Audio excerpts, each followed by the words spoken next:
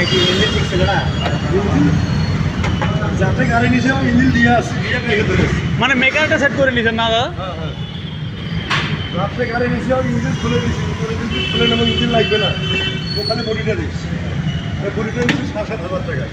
এটা এই যে পুরোটা চলে কি এরকম কত যায়? মোটরসাইকেলের স্পিড 45, হ্যাঁ। 45 হাই 45।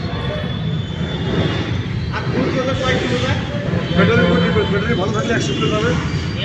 আর সেকেন্ড হ্যান্ড ব্যাটারি দিয়ে আমি চালাই 70 কিলো, 80 কিলো, 60 কিলো। এখন মোটামুটি আছে 40 কিলো। তার দেবে গেলা সারাদিন এক রুম খাবে, সারাদিন এক রুম খাবে। 300 টাকা দিয়ে যাবে, 300-400 টাকা। অনেক সাশ্রয় আছে। কেমিক্যাল জামারহাট ঠিক আছে। জাস্ট দেখতে একটু জাস্ট খালি একটু ইয়ে দেখা যাবে, কিন্তু সার্ভিসটা হ্যাঁ সার্ভিসের দিক দিয়ে অনেক ভালো আছে এই দিক দিয়ে। অ্যাক্সিডেন্টের ভয় কম আছে।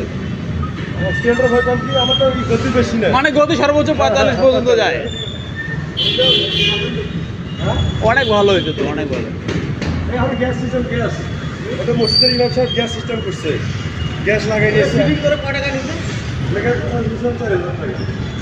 এটা যেমন আমরা আমার সব কিছু আমার নিজের। লেখা টোটাল খরচ কত করছে? 50,000 টাকা। আর একদম অ্যাপাচি গাড়ি, মানে হেলমেট ভালো গাড়ি করতে হয়, 45,000 টাকা গাড়ি বাদে বা গাড়ি নিজের আসলে অ্যাপাচি গাড়ি 45,000 টাকা। ভালো জিনিস লাগাইছে, খাওয়াইছি।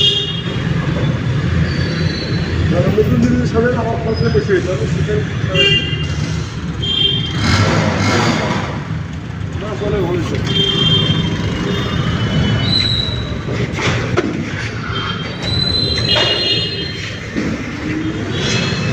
চলে গেল গাড়ি রে ভাই।